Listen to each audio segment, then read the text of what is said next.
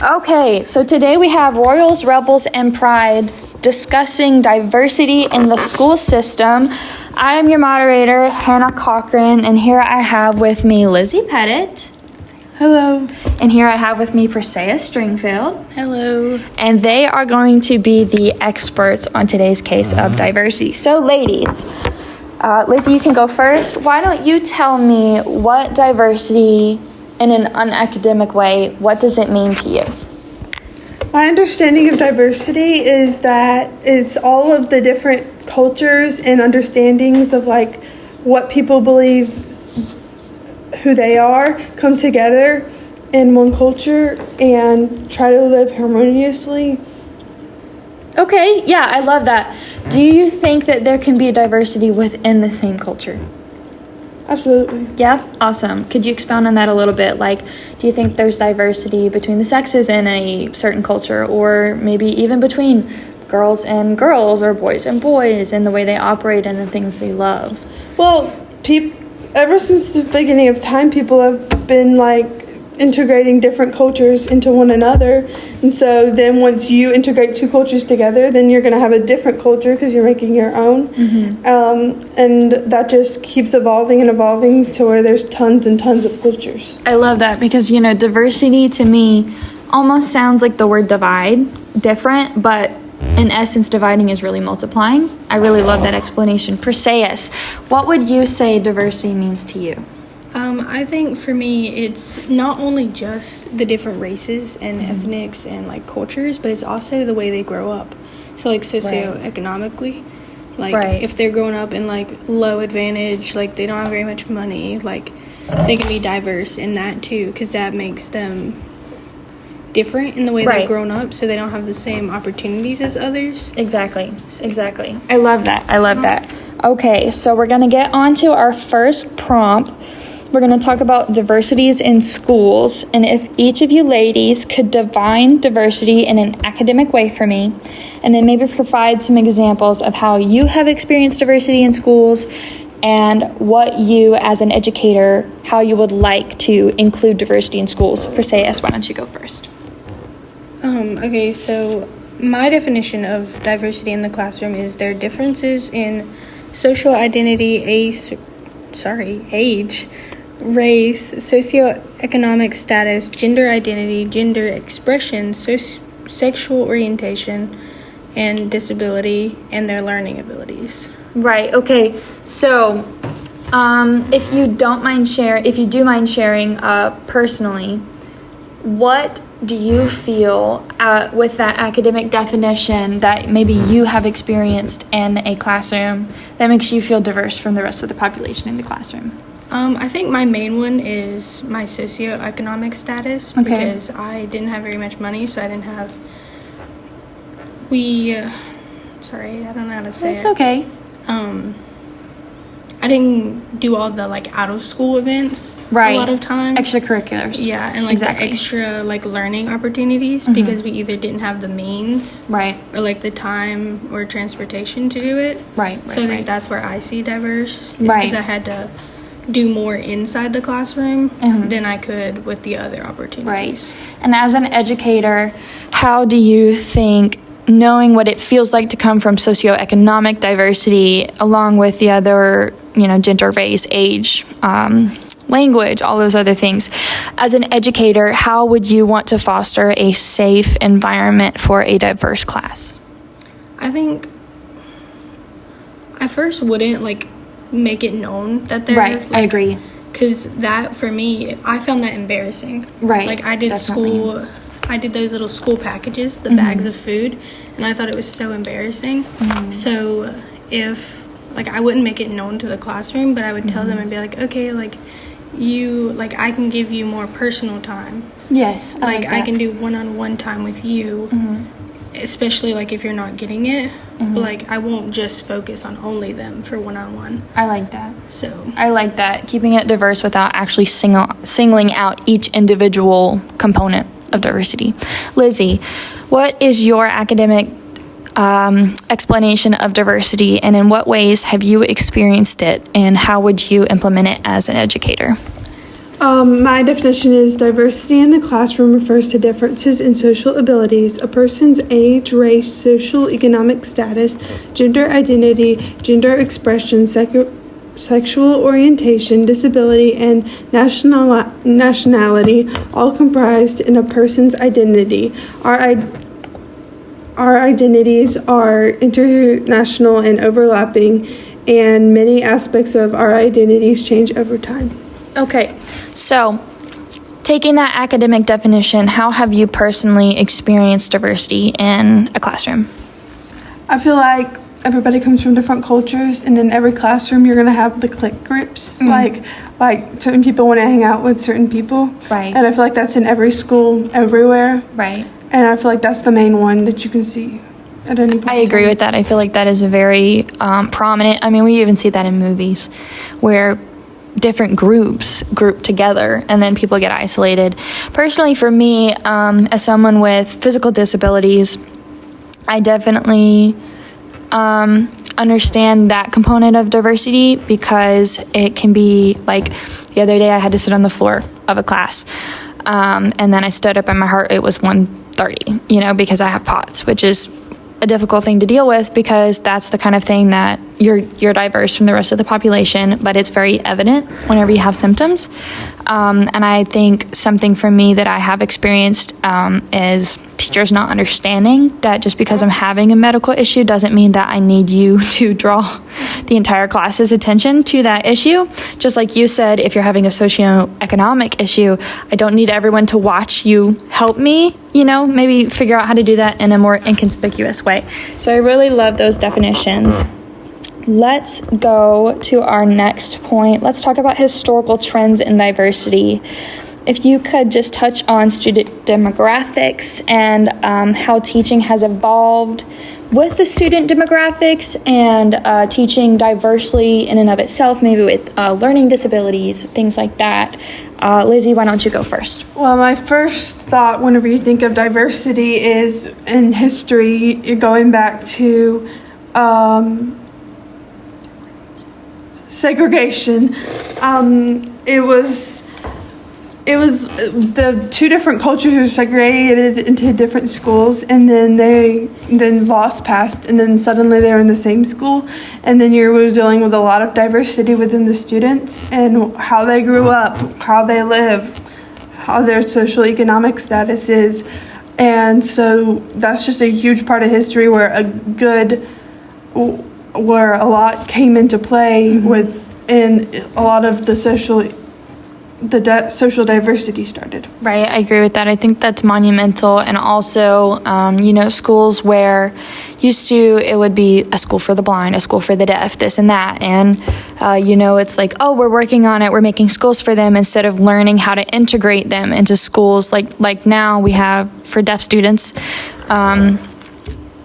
accessibility items for them to where they can sit in a normal quote unquote normal, as in a classroom that wouldn't use subtitles and have subtitles or something personally provided for them, which I think is really great. And I love that you touched on the era of segregation and integration, because I think after slavery was abolished, segregation was done in the name of diversity in a positive and negative way. I think people were thinking, oh, we're allowing African American in these spaces, but they have their own sections. So we're being diverse. We're being politically correct. We're doing this. We're doing that. But I think diversity is more nuanced and not just, two different things exist in the same building, but how they're both treated. So then, Perseus, why don't you go ahead and tell us your opinion on how students' demographics and how their demographics have been integrated, different demographics have been integrated, and how teaching has evolved since diversity has been more accepted in schools. I think going off of Lizzie's, when they first integrated different diverse people into the same schools, it was more like people were against it, right? Or it was more, there was more what's the word, There's friction. There's a lot of friction. There's friction. Right. And there's like she said, there's so many, like, not even just like race, but there's different ways people grew up. Right. Like all of this was coming together, and I think it was a lot. But now we are so used to seeing it that like it's accepted. Right. And we like change the way we teach because of it, and like to focus on these different diverse students. And it changes every year. Right. Like you may have one class that's more like Latino like population, and so you like change the decorations in your room to like fit that, and then one year you might have more like you might have someone with a disability, so you have to like alter your teaching to fit that. Like it's just different diverse people every year. Right. So we're constantly changing the way we teach to fit their needs. I love that. I've seen a lot of rooms on social media where teachers are, especially young teachers, some, I won't say the older generation, but I'll say some more seasoned teachers are also accepting that neurodivergent people exist. I'm a neurodivergent person, and I remember being in school and having panic attacks or things like that, and it was like they just couldn't help me. They didn't know what to do. But nowadays, they have desks that have little pedals, or some teachers just have a calming corner. And it's not that you have to be neurodivergent to use it, but it helps those children, but it also helps other children learn coping skills in and of themselves. But it's a safe place for them to go to calm down, to get recentered, you know. And I think that that's a really beautiful thing. And I think also building off that, if you have a more diverse classroom, it also allows for, especially with younger kids, it allows them to get used to the idea of diverse population, and they're more accepting, because kids are naturally curious. Right. So they want to learn more. And I Exactly. think allowing them to be around diverse populations at a young age allows them to be more accepting. I agree. I love that. And it's almost like not a cognitive, I should be accepting. It's just, this is just a thing. Yeah. You know, I really agree with that. Let's go to our next discussion point, which is going to be policies and diversity. So here, if you could discuss some policies like the IDEA, or IDEA, or ESSA, and their impact on students and teachers, and, you know, those who have gone beyond their academic experience. Perseus, would you like to go first, or Lizzie, would you like to go first?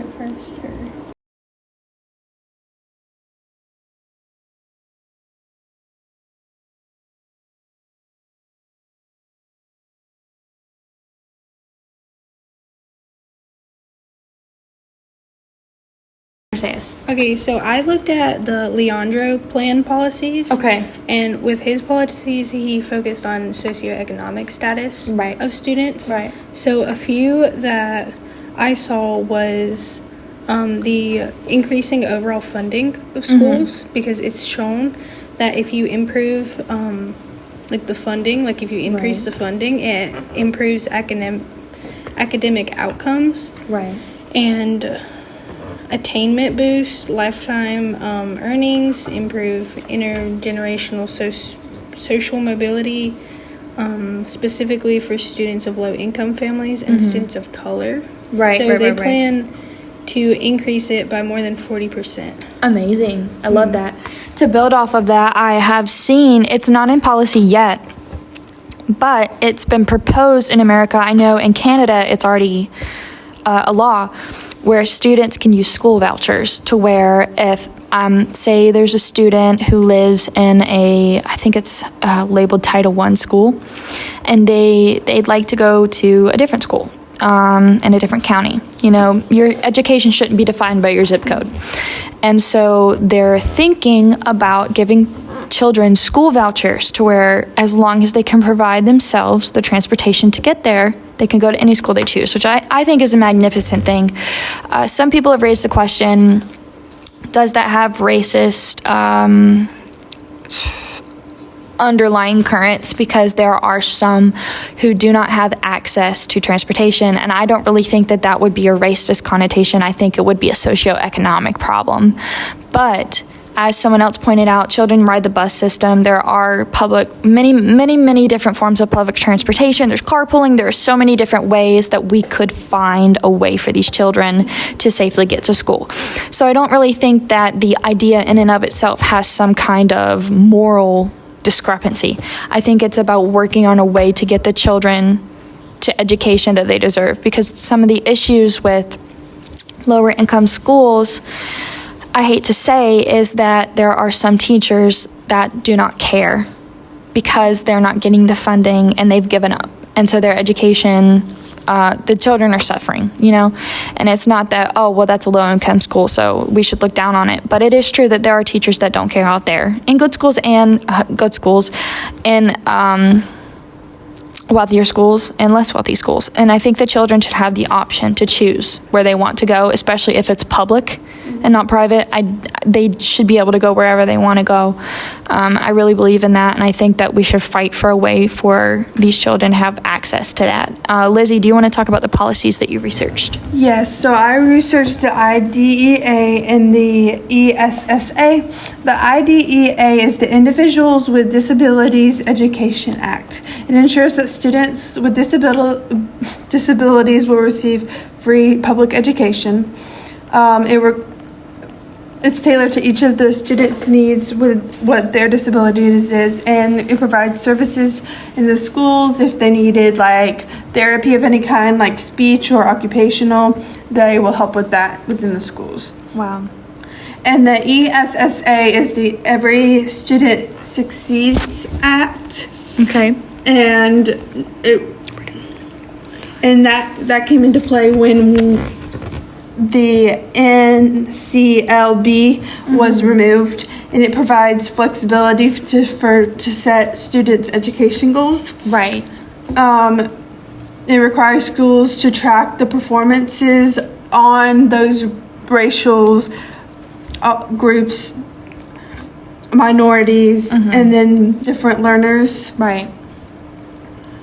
And it helps close the gap and wants them to achieve just as much as everybody else.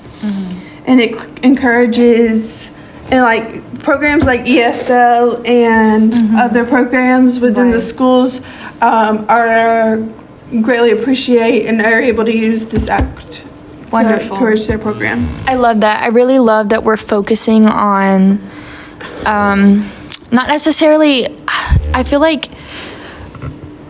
America, because I'm going to talk about America because we're in America. I feel like America is really, hopefully, progressing forward from the race is the only thing that is diverse aspect. I think definitely during segregation, that was a huge, almost, that needed to be addressed first, but I love that we're focusing on children with disabilities, learning disabilities, mental disabilities, physical disabilities, English as a second language, because no matter your skin color, English could be your second language, and I think that's something that we don't really think about is, oh, well, they must be Indian or this or that or whatever for English to be their second language, or they have to be Hispanic. That's not really true. I mean, if you've ever seen Gilmore Girls, Alexis Bledel, actually her first language is Spanish. She's Latina. She's white, but her family raised her, I think her I don't know if she was raised in Mexico, but I know her fundamental years were in Spanish, and she actually had to learn English as a second language to be successful in American schools, because she phrases it as quote unquote being in the Latina bubble, which I think is really interesting, because when you look at her and you see her success today in Hollywood, nobody would have ever thought that she would be a candidate for English as a second language and having support for that. So I think that those policies are really good, because those policies aren't necessarily each individually defined by skin color, it's defined by need. And I think that's a big thing in diversity is if we were all clear or we were all pink, we all would still have different needs, right? I think skin color can be a reflection of, obviously, skin color is a reflection of your heritage, right? Because we're all melting pots of thousands of people who loved each other and passed down lineage, right? And so we have so many different complex things because, you know, there are people who are white passing who have African American in their blood, and there are people who are African American and have gorgeous skin that's very dark, and they have Italian in their blood. You know, you're not defined by exactly what culmination of genes produced the level of melanin you have, you know. And I really love that we're accepting that, yes, people will judge you on the basis of your skin. That's always going to happen, sadly, because the world is flawed. But that's not the only way we should be helping people. And I think that's a really beautiful thing. Next, let's talk about, Perseus, did you have anything else to add to that? No. Okay. We covered everything. Individualized instruction. So let's talk about how personalized teaching supports student success. Perseus and I are going to talk about some personal experiences with individualized instruction. So Lizzie, why don't you give us those definitions? Yeah, so here are just some generalized things that in the classroom that can improve the student success. Like, you can focus on the diverse learning styles that they have, because those, and try to correlate your teaching to help the students. And you can help build confidence and motivation, like in your classroom. Just like, don't let them be Debbie Downers, and just Right. like, you can do this. Right, I agree with that. Support is a huge thing, especially when you're dealing with people who have some kind of, I won't say deficiency, but adversity that they're facing. I really love that. Another one is supporting students, which we kind of mentioned before, but like, if they're having trouble, but don't hold the others back just because one or two students is having trouble. Right. Which may or may not be an issue now, but it has in the past. I agree. Encourage growth mindset. That is a big thing. You want your students to want to be able to grow, because if they don't want to be able to do it, it's most likely not going to happen. I agree. Right. Okay. And then have a good teacher-student relationship. Be kind to them, love on them. Right. But just like you would any other students, because all they are your students. Right. And you just need to correlate that student relationship to make a positive learning environment with that student. Great. And then finally, prepare those students that you're teaching for the world outside of your classroom. Love that. Because they will have to go to the world beyond the school. And so use your classroom as a place to prepare them for that. I love that. Perseus, why don't you tell us about some personal experiences with how teachers met your needs? Okay, first, to build on the third point, Yeah. I think it's very important that, because students, if they're not getting a topic, they're more likely to shut down and not even try anymore. So I think that's really where the support comes in. Where you're like, oh no, like you're doing so good. Like, Yes. just keep going, you're getting it. Like, I you're agree. slowly getting there, because agree. they might just shut down and stop trying completely. But for me, teachers Right. have supported me by just giving me, like, because if I'm struggling, I tend to be like, I get in my head if I'm not like getting it. I'm like, oh, like, I'm just dumb, like, Yeah. so I think if teachers, like, they're like, oh no, like, this part of it is really good, Right. like, and then, like, they kind of, like, lead you in the right direction. I think that works. Like, not them giving you the answers, but just, like, slowly getting you there is good. And I think just reassurance for the parts you are doing right, and just be like, okay, this part, if you do this instead, this might come out better. Right. I think that's very good. I really like that. And again, I'm going to go back to the physical aspect of it, being someone with physical disabilities that are unfortunately and fortunately for me invisible, because all of my disabilities are internal. Like, I have a genetic defect that affects all the collagen in my body, which creates a lot of issues, if you can imagine, because almost everything's made up of collagen.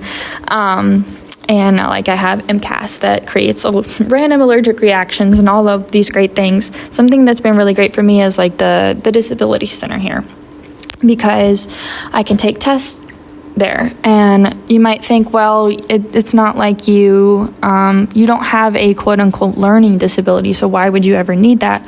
Well, if I have a POTS flare or, God forbid, an anaphylactic episode because of MCAS, or a migraine hits me or something, I'm in a safe space where I can lay down and my test is still monitored, so I'm not going to lose my grade or something like that. Or teachers here have been so generous with me to work with the center to give me attendance consideration. Right now I go to physical therapy 3 times a week, and I'm about to have surgery at the end of the semester for my ankle. And teachers work with me, with lessons and things like that. And they help me, instead of saying, oh, well, let's just forget it. You don't deserve to go to school because you have these appointments you have to go to, or you're sick too much or anything.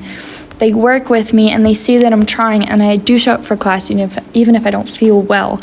Or if an emergency happens, they work with me and they support me, helping me, have access to things where I can review the information, things like that. Like it's been a difficult semester for me physically, but I've had support from my teachers to where I'm still not like a personal brag, but I'm making great grades. I'm still passing, I'm still progressing, I'm still learning, and I really appreciate that from Gardner-Webb specifically, because I have in the past experienced a school, and I do understand, caveat, I know there are laws about attendance and things like that, and there are certain things you have to file and all of that good stuff, and sometimes people's hands are tied, and that doesn't mean that they're evil, it just means that there are laws for good reason, But I did attend a school before I got my diagnosis, and I was in and out of doctors. I'm only 23, and I've had around 5 colonoscopies and 4 endoscopies, which is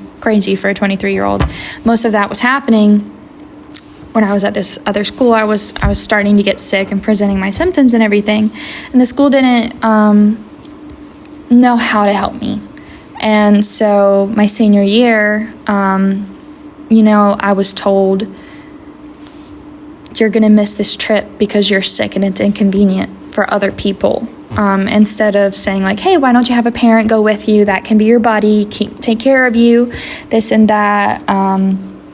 It was a rough time because I think that the school just didn't understand. I think because sometimes if you don't have an official diagnosis, people don't know what to do because you're still disabled, or you're still figuring out if you're disabled or what's going on. But I think with all the laws that are being passed, it's like, oh, once you have a diagnosis, we can help you.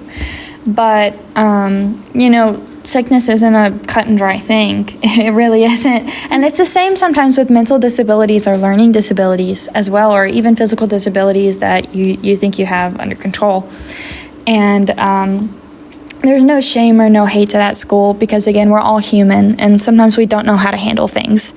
And just because someone doesn't know how to handle something doesn't mean they did it with malice or harmful intent. But I saw a complete 180 when I came here. And I'm very thankful to see that people are progressing in treatment of individuals. Like when I hurt my leg, I tried out for a choir solo, and I got it, and I was so excited. And I remember speaking to Dr. Rice specifically before my audition, and I was like, well, but I'm in a boot, and I might not be able to stand for the solo. Like, does that disqualify me? And some places would. I had a theater program tell me because of religious convictions with modesty, and because of health. I'll just talk about the religious convictions to show a different form of diversity, that there was no place for me in theater because I didn't fit their mold. And so they couldn't find a way for me to act. And I think that's ridiculous to be fair, because there are so many different ways to include people. And here, we even have a whole office for diversity and inclusion to make sure that you are included. And I think that's a beautiful expression of diversity and compassion that Gardner-Webb shows. So that's my little soapbox. See, I think that's Yeah. important because, like, if you do have disabilities and there's Yeah. diverse parts to you, like, you deserve the chance. Right. Academic success as everyone I else. agree. I agree. Like, even if, like, you have a physical disability, yes. like, it doesn't affect your ability to learn. I agree. They just have to take that next step to put in the Yes. effort to allow you to learn. Yes, and I don't think that some people realize you work 10 times harder sometimes to get the grade in and this and that. What was I going to say? My brain just flew away. I actually had a physician, an actual physician that I was working with. I was speaking to them about school and working on my health, and the question was actually, well, can't she just stop school? Why would I sacrifice my education because my body doesn't, I'm not even going to say work right, but it works different because my genes are literally different. Like, why should I sacrifice something I love? Because as a music teacher, I can sit down while I teach choir. There are endless accommodations for me to be a successful teacher, even a professor one day, which is like my ultimate dream. Why should I sacrifice that because I face something different? You know, like, it makes no sense. Now, I could see if maybe I had been diagnosed with something that would keep me in the hospital for 4 months. Okay, yeah, I need to take a semester off. But that's not the case. And it was just like shocked me that a physician, not even an academic professional, but a physician was suggesting that I withdraw. Like, I just thought that was absolutely insane. And so I think that, you know, having the support from the school really helped me because I was like, no, I don't need to withdraw. Like, they have my back. There's no reason for me to withdraw. And I think that that's really nice. And our last point for today's podcast is going to be professionalism and bias. So if you both could reflect on biases that you have observed and researched, and then strategies, for culturally responsive teaching, which I don't know if I've ever really heard the term culturally responsive teaching in any other podcasts I've listened to about education. So I think that's a really interesting topic. So Lizzie, why don't you give us some academic information, and the Perseus will go on some reflection. How about that? So, whenever thinking about the personal biases of teachers, I feel like all of us, even though we may not try, have a bias. I agree. And it's nothing against anybody because we're just human, and humans were made with a bias. We have opinions about what we like, and what we've been around. Like, if you're accustomed to something, you're gonna be more likely to prefer it. Yeah, prefer I it. agree. So within the classroom, you really have to break down that wall of what you prefer for the students. And you have to establish those boundaries and be like, everybody's the same in here. We're all going to be treated the same. I agree. And it does not matter who you are outside that classroom. You're my student in the classroom, and that matters. Right. And so it's really important that teachers learn how to break down those boundaries and have the same relationship with all the students. Yeah, and I really like the way you framed bias, because I feel like bias obviously has a horribly negative connotation, where bias is almost equated, and I can see how it could be, but bias is almost equated with prejudice. I could have a bias towards chocolate cake versus vanilla cake, but it doesn't mean I think those who choose vanilla cake are less than me. And I think that is, I feel like it's a very gray line distinction, because bias can easily turn into prejudice. But I don't necessarily think, say you're neurotypical. You don't have ADHD, you're not autistic, you're just neurotypical, by the book kind of person. You might want to run your classroom where you put your exercises on the board, they're done within 5 minutes, everybody does individual group work, there's no talking, no music, no nothing. And that's okay, because that's how your brain works. But it does not mean that out of the 25 students in your classroom, that's the way you should go because that's your personal bias on how you prefer to work, right? That doesn't mean you're prejudiced against neurodivergent children at all. It just means you have a bias in how you like to work, but we have to even out that playing field, like you said. Like, I love the way in one of our classes, when we answer, sometimes there's music. Go back 20 years, teachers would be flabbergasted that someone is playing music before a class, let alone Disney music instead of something classical.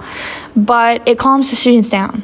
Neurotypical or not, that's going to calm you down, neurodivergent or not. It's going to set an atmosphere, and there might be some teachers that are completely biased against that. But if they take the time to look at how it affects students and operate on that, I think that's super important. And I think it's okay to understand that you can have preferences. Preferences don't make you a bad person.